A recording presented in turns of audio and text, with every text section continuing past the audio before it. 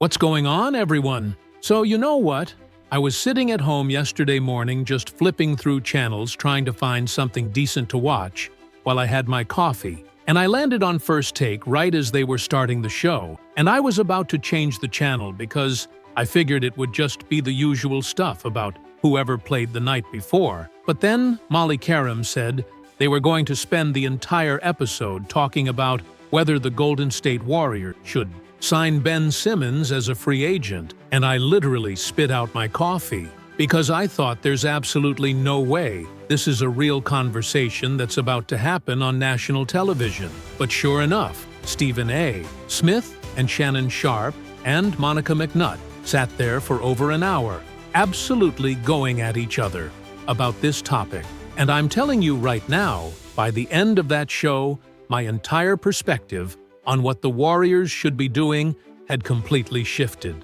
because the way they broke down every single angle of this potential signing was absolutely masterful and had me questioning everything I thought I knew about roster construction and about what makes sense for a team that's desperately trying to squeeze one more championship out of Steph Curry's remaining prime years. So, First Take came back from commercial break, and you could immediately tell that this was going to be a spicy segment because Stephen A. had this look on his face, like he couldn't believe they were actually about to discuss this. And Shannon Sharp was already shaking his head before anyone had even said anything, and Monica was sitting there with her arms crossed, looking like she had a whole thesis prepared. And as soon as Molly introduced the topic and they put up the graphic showing Ben Simmons in a Warriors uniform, Stephen A. literally stood up out of his chair and started pacing around and said something like, "I cannot believe we are sitting here in the year 2026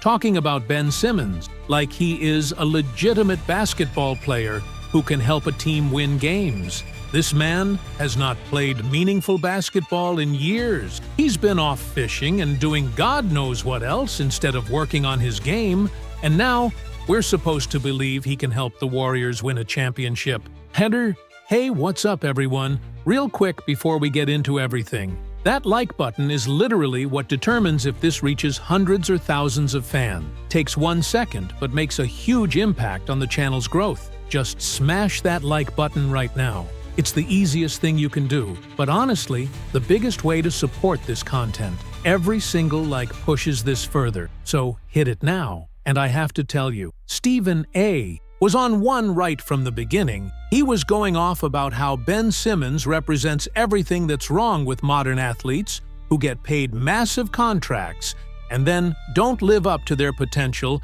and make excuses and disappear when things get tough. Stephen A. was bringing up all the lowlight, talking about that playoff series against Atlanta where Simmons passed up a wide-open dunk because he was scared of going to the free throw line, talking about all the games where he's looked completely disengaged and uninterested, talking about how he's been dealing with various injuries and mental health issues for years now, and basically making the case that Ben Simmons is completely washed as an NBA player and that any team that signs him is wasting their time and their roster spot. But then Shannon Sharp jumped in, and I have to say, Shannon had a completely different take that I wasn't expecting at all. Shannon was saying that while he understands all of Stephen A.'s concerns, and while he agrees that Ben Simmons has been a massive disappointment relative to his potential and his draft position, Shannon was making the argument that the Warriors are in such a desperate situation right now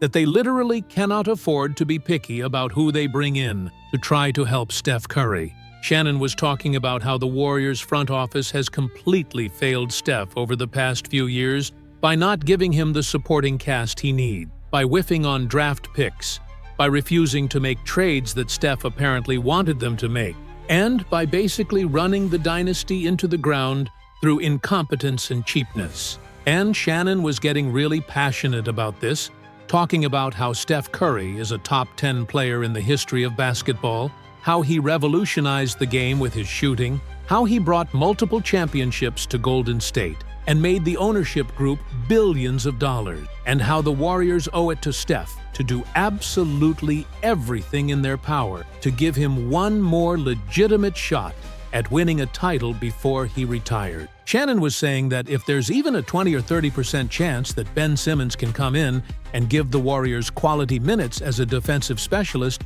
and a facilitator, they have to take that chance. Because what's the alternative? Just running it back with the same roster that's barely above 500 and isn't going anywhere. Monica McNutt then came in with what I thought was the most thoughtful and analytical take of the entire segment. And she started by laying out the Warriors' specific roster construction problems in incredible detail. Monica was explaining that ever since the dynasty core started aging out and breaking up, the Warriors have had this fundamental issue where they don't have enough players who can create their own shot and put the ball on the floor and make plays, and they're way too reliant on Steph Curry to do everything offensively. Monica was showing statistics about how the Warriors' offense completely falls apart when Steph goes to the bench, how their assist numbers plummet, how their turnover rate skyrockets, how they just can't generate good looks consistently without Steph running the show. And this is where Monica's argument about Ben Simmons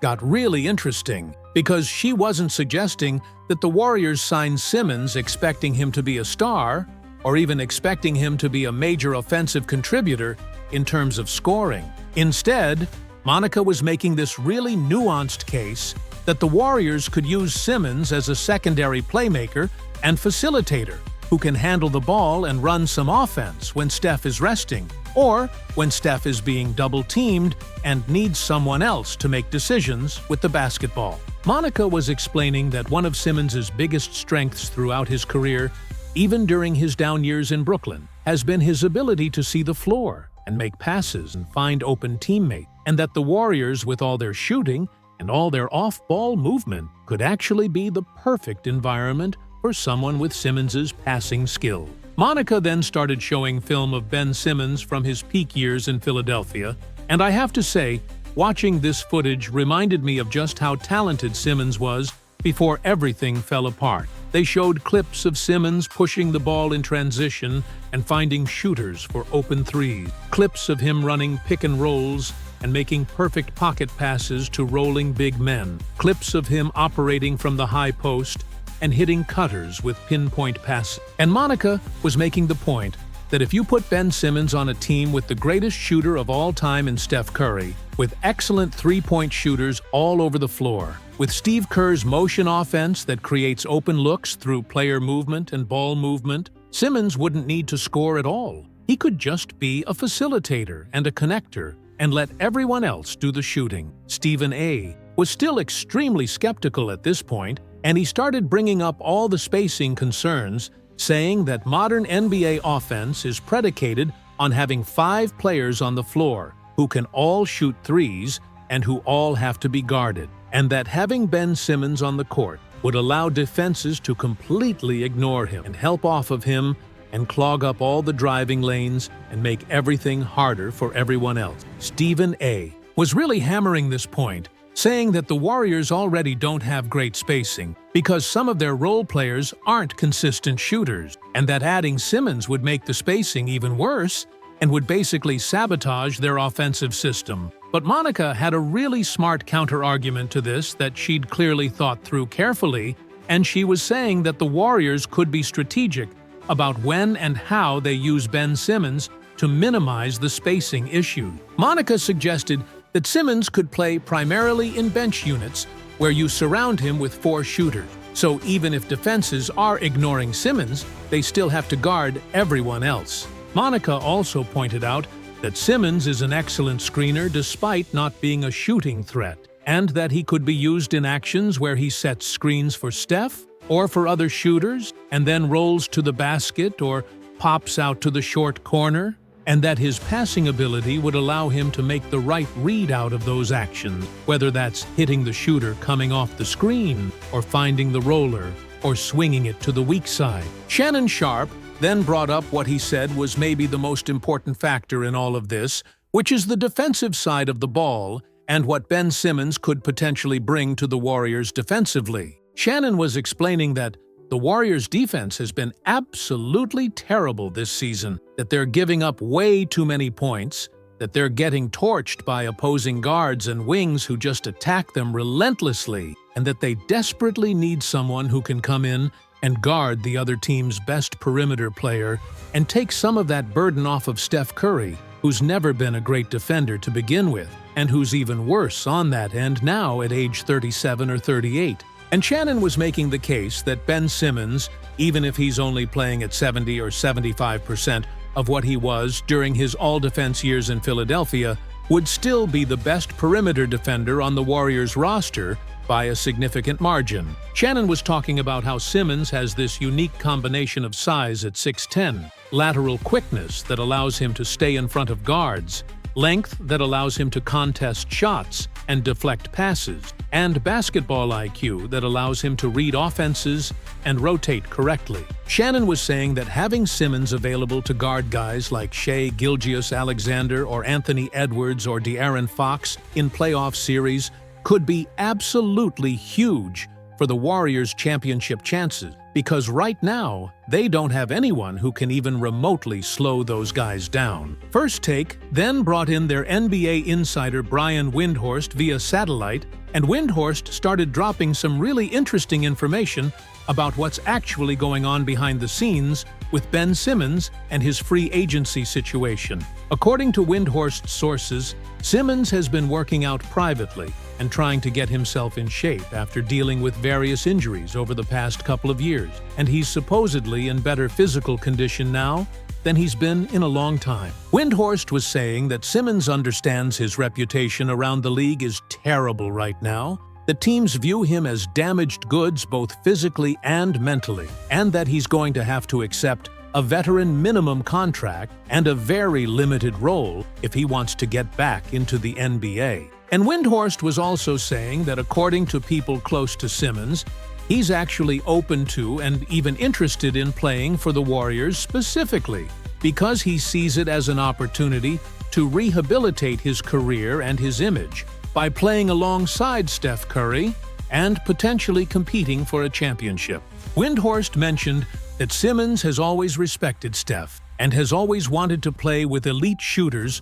who would take the pressure off of him offensively, and that Golden State would be the perfect fit in that regard. Windhorst also brought up the Draymond Green connection, mentioning that Draymond and Simmons have a relationship dating back to their connections through Michigan State, and that Draymond has apparently been advocating within the Warriors organization for bringing Simmons in. This Draymond angle really got the panel going because Monica jumped in and started talking about how having Draymond mentor Ben Simmons could be incredibly valuable both for Simmons' development and for the Warriors as a team. Monica was explaining that Draymond has succeeded throughout his career despite having significant offensive limitations, that he's never been a great scorer or shooter, but he's been absolutely crucial to the Warriors' championships because of his defense and his passing and his leadership and his winning mentality. And Monica was arguing that if Draymond could teach Ben Simmons how to impact winning without needing to score, how to be a defensive anchor, how to facilitate within a system, how to play with maximum effort and intensity every possession, that could potentially unlock something in Simmons that we haven't seen before. But Stephen A. was having none of this Draymond mentorship narrative, and he came back strongly arguing that you can't teach desire and competitive fire and mental toughness, that those are things you either have or you don't have, and that Ben Simmons has shown over his entire career that he doesn't have those intangible qualities that separate good players from great players and role players from winning players. Stephen A. was getting really animated at this point, saying that Draymond Green succeeded not just because of his physical abilities, but because he has this incredible will to win and this competitiveness and this nastiness that makes him special, and that Ben Simmons is the complete opposite of that Simmons wilts under pressure, that he makes excuses, that he disappears in big moments.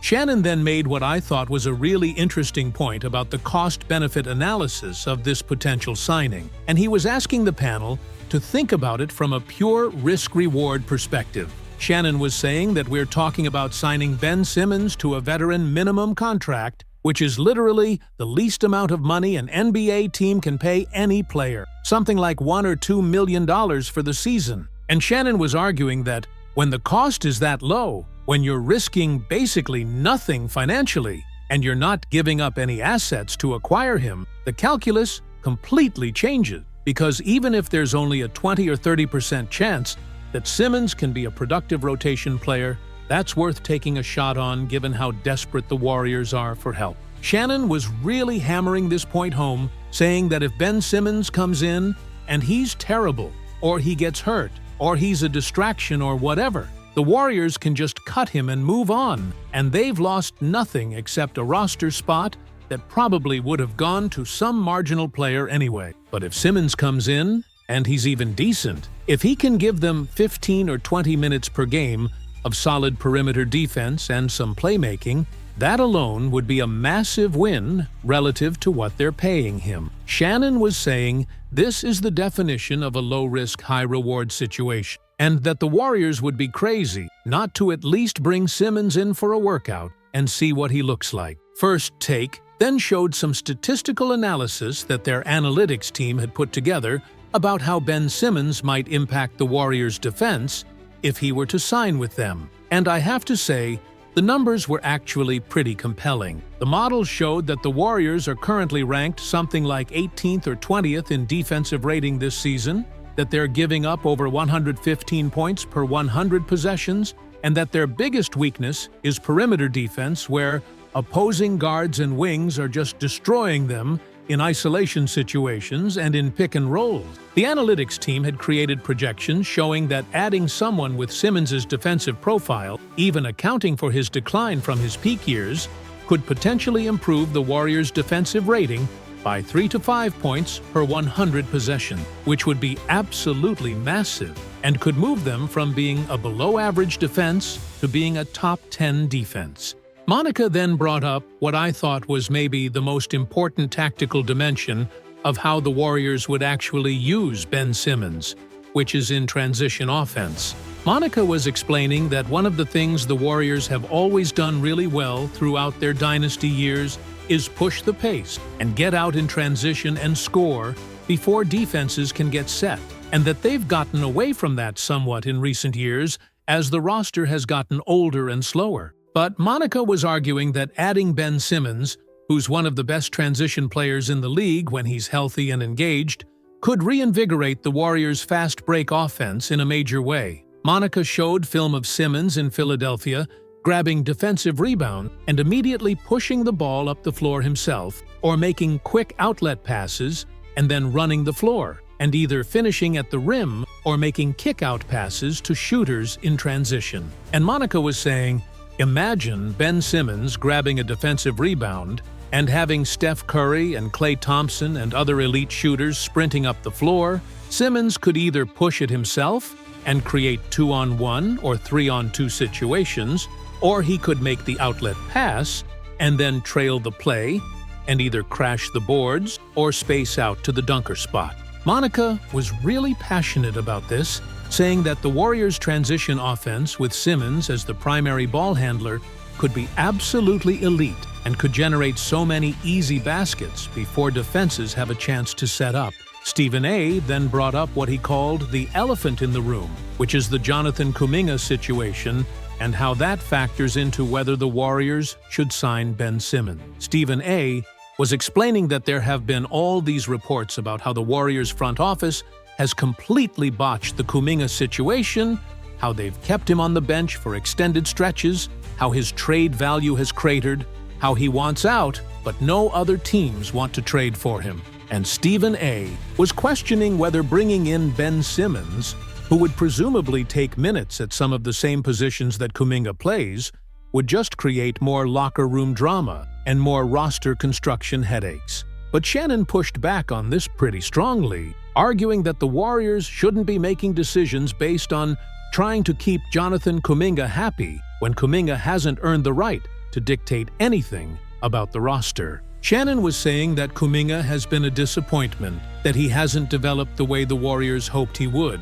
that he's not a winning player, and that if bringing in Ben Simmons means Kuminga gets even fewer minutes or gets pushed further down the depth chart, so be it, because the priority needs to be doing whatever it takes to help Steph Curry win another championship, not managing the feelings of a young player who hasn't proven anything. First Take then addressed the Steve Kerr factor and whether Kerr would actually want to coach Ben Simmons given all the baggage and limitations that come with him. Monica brought up some really interesting points here about how Kerr, as a former player, understands what it's like to play within a system and to accept a role and to do what's best for the team rather than worrying about individual stats or glory. Monica was suggesting that Kerr might actually be the perfect coach for Ben Simmons because Kerr could clearly define Simmons' role, could put him in positions to succeed, could design plays and sets that maximize what Simmons does well while minimizing his weaknesses. But Stephen A.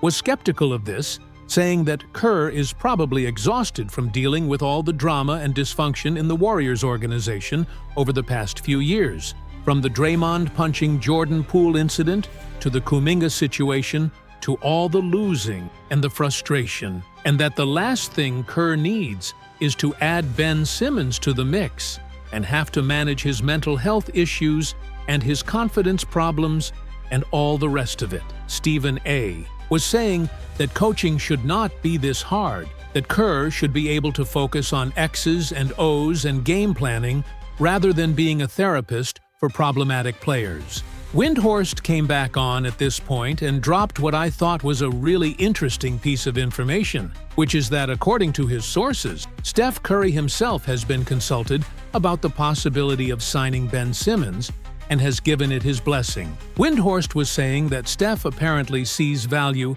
in having someone like Simmons who can take defensive assignments off his plate and who can handle the ball and facilitate when Steph is being face-guarded or doubled. Windhorst mentioned that Steph has become increasingly frustrated with the front office's failure to give him adequate help, and that Steph is apparently in a mindset of being willing to try anything at this point if there's even a chance it could work. This led to a really interesting discussion about the broader dysfunction in the Warriors organization and how ownership and management have completely failed to capitalize on having one of the greatest players in NBA history. Shannon went on this passionate rant about how Joe Lacob and the Warriors front office have made a series of terrible draft picks, have refused to make trades that could have helped the team, have been too cheap to spend money in the luxury tax, and have basically squandered Steph's final prime years through incompetence and arrogance. Shannon was saying that signing Ben Simmons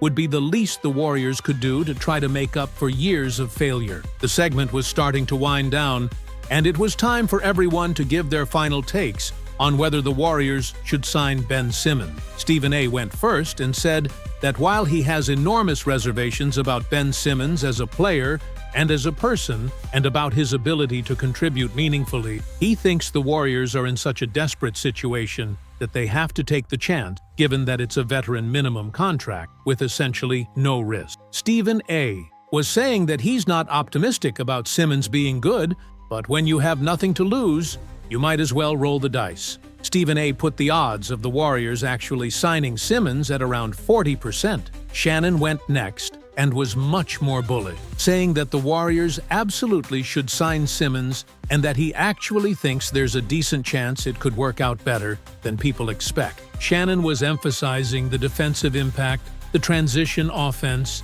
the fit with Steph, the Draymond mentorship, and most importantly, the cost-benefit analysis of taking essentially a free swing at a player who was an all-star and all-defense talent not that long ago. Shannon put the odds at 60% and said he hopes it happens. Monica went last and gave what I thought was the most balanced take, saying that this move makes sense on paper from a tactical and financial perspective, but that there are so many unknowns about Simmons' health and his mental state and his willingness to embrace a limited role that it's genuinely hard to predict how it would play out. Monica said she thinks the Warriors should bring Simmons in for a workout and have some serious conversations with him about expectations and role. And if everyone is on the same page, they should absolutely sign him. Monica put the odds at 50-50.